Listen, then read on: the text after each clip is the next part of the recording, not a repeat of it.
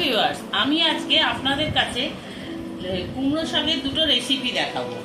আমি আপনাদের বেশি সময় নষ্ট করতে চাই না, এই জন্যে দেখুন কুমড়ো শাকের পাতার ভর্তা বানাবো।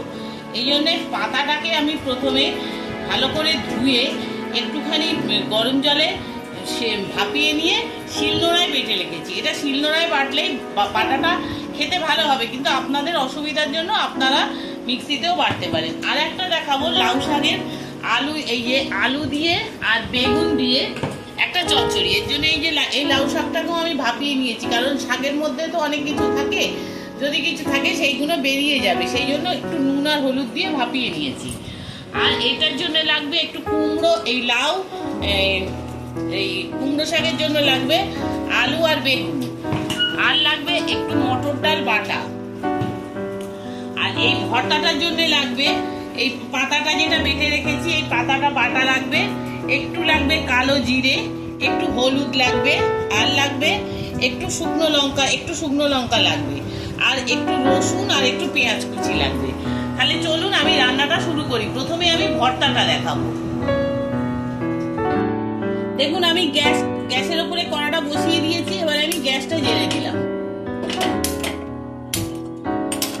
এবারে ভর্তা করতে আর লাউ শাক করতে দুটো করতেই আমার সর্ষের তেল লাগবে। প্রথমে আমি ভর্তাটা বানাবো, ওই জন্য প্রথমে আমি একটুখানি সর্ষের তেল দিয়ে দিলাম।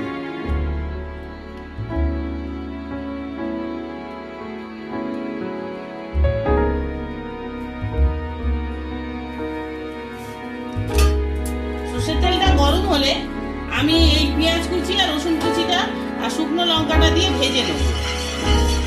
আগে ভেজে তুলে নেবো। এটা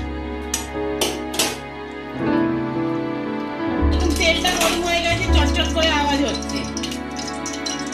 এবারে তেলের মধ্যে প্রথমে আমি দিয়ে দেবো এই পেঁয়াজটা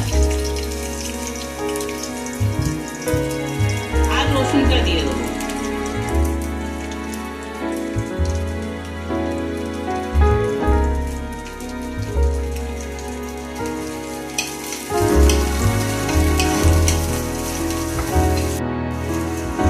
দেখুন পেঁয়াজ রসুনটা মোটামুটি ভাজা হয়েছে। এবারে আমি এই শুকনো লঙ্কাটাকে ভেঙে এর ভেতরে আমি দিয়ে দেবো।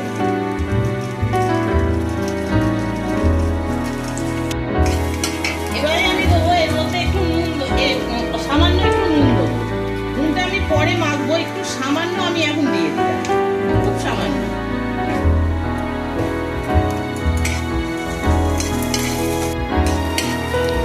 দেখুন আমার এইগুলো সবই ভাজা হয়ে গেছে, পেঁয়াজ। এবারে আমি এগুলো তুলে নিচ্ছি।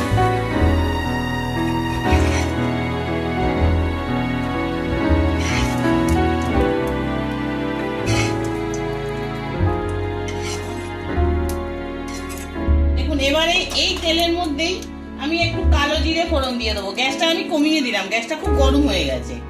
একটু কালো জিরে ফোড়ন দিয়ে দিলাম। আর এই যে বেটে রাখা পাতাটা, এই পাতাটা আমি এর মধ্যে এখন দিয়ে দিলাম।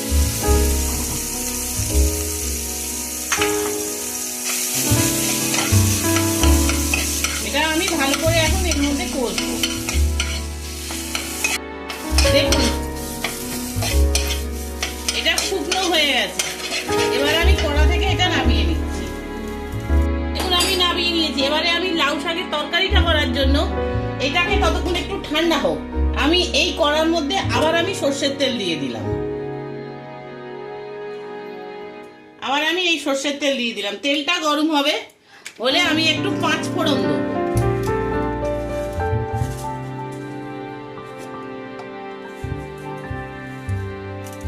একটু 5 ফোড়ন দিয়ে দিলাম।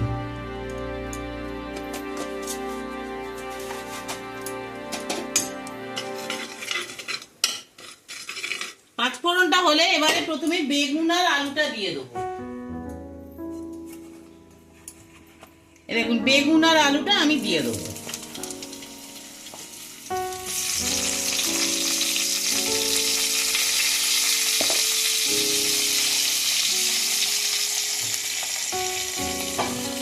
বেগুনগুলো আমি দিয়েছিলাম, একটু ভাজা ভাজা মতন হয়ে গেছে।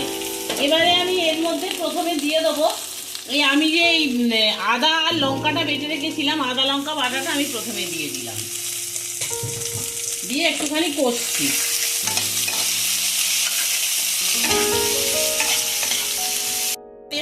হলুদ দেবো, একটু লঙ্কার গুঁড়ো দেবো, জিরের গুঁড়ো, একটু ধনের গুঁড়ো দিয়ে আমি এটাকে কষবো। আর এই সময় আমি দেবো সামান্য জল। এর জন্য দেখুন আমার এখানে এই যে আদা এই যে পোস্ত, সর্ষে পোস্ত বেটেছিলাম সেই জলটা ছিল, এই জলটা আমি আগে দিচ্ছি, দিয়ে আমি কষবো। এবারে আর একটু বেশি করে আমি জল দিয়ে দিলাম।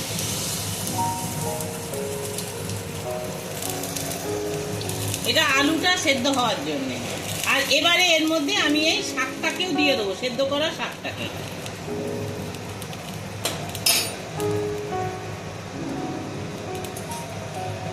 এই সেদ্ধ করা শাকটাকেও আমি এর ভেতরে দিয়ে দিলাম।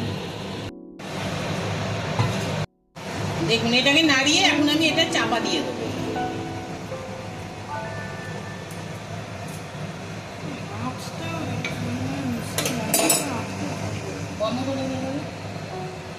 আলুটা আমার মোটামুটি হাফ সেদ্ধ হয়ে গেছে। বেগুন তো কোনো ব্যাপার নয়, বেগুন তো সেদ্ধ হয়ে যাবে, একটা এও সেদ্ধ করা আছে।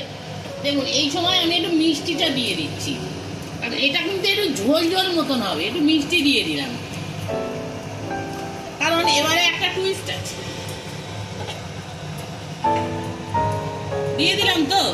আর এই যে ডালটাকে বেটে রেখেছিলাম, এই ডালটাকে আমি নুন দিয়ে ফেটিয়ে রেখেছি, এই ডালটাকে কিন্তু এইবারে আমি এই বড়ার মতন করে ওপরে দিয়ে দেবো। দিয়ে আমি কিছুক্ষণ এটাকে একদম নাড়াচাড়া করবো না। এগুলোকে সব দিয়ে দিয়েছি, দিয়ে এবারে চাপা দিয়ে দেবো। একদম এটাকে আমি নাড়বো না, একটু আঁচটা কমিয়ে দিই, দিয়ে একটুখানি চাপা দিয়ে দিই। এটা এখন 10 মিনিট এইভাবে থাকবে, না হলে বড়াগুলো সব ঘেটে যাবে। দেখুন এটা ঠান্ডা হয়ে গেছে, এবারে আমি এটাকে মেখে নেব।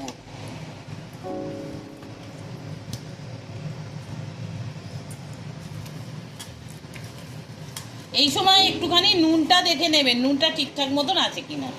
আমার এটা মাখা হয়ে গেছে, নুনটাও আমি দেখে নিয়েছি। এবারে একটুখানি আমি ভর্তাতে একটু সর্ষের তেল আমাকে দিতেই হবে, কাঁচা তেল দিয়ে আমি আবার একটু মেখে নিলাম। দেখুন পাতার ভর্তা হয়ে গেছে, আমি দেখি খেয়ে কিরকম হলো।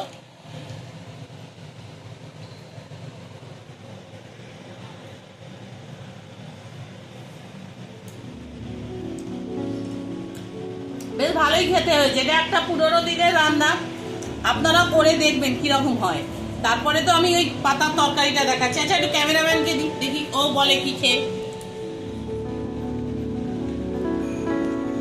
ও তো মুখটা যা করছে মনে হচ্ছে ভালো হয়নি, দেখি ও কি বলে। এটা খুব ভালো হয়েছে, আপনার সঙ্গে তো বাড়িতে একবার ট্রাই করে দেখতে পারেন। কিন্তু মুখটা যা করলো।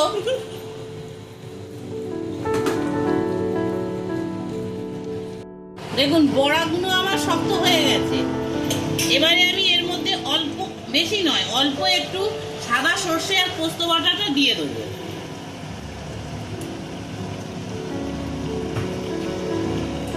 দিয়ে নেড়ে দেবো।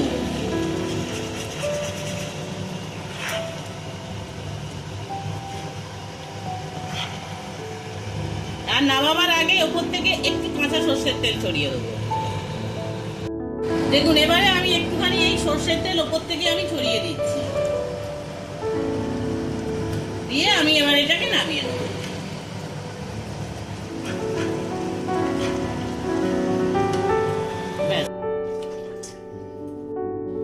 দেখুন আমার এই ঝোলটা নামানো হয়ে গেছে, এবারে আমি খেয়ে দেখছি কিরকম হয়েছে।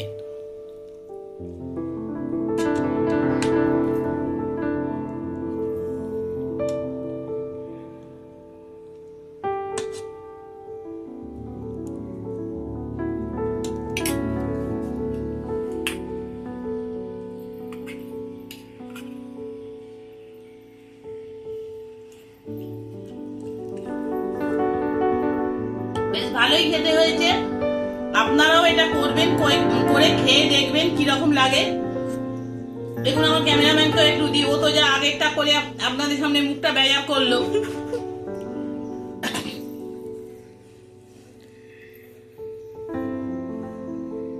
আর ও খেয়ে বলবে বলে ফিনিশিংটা ও করবে।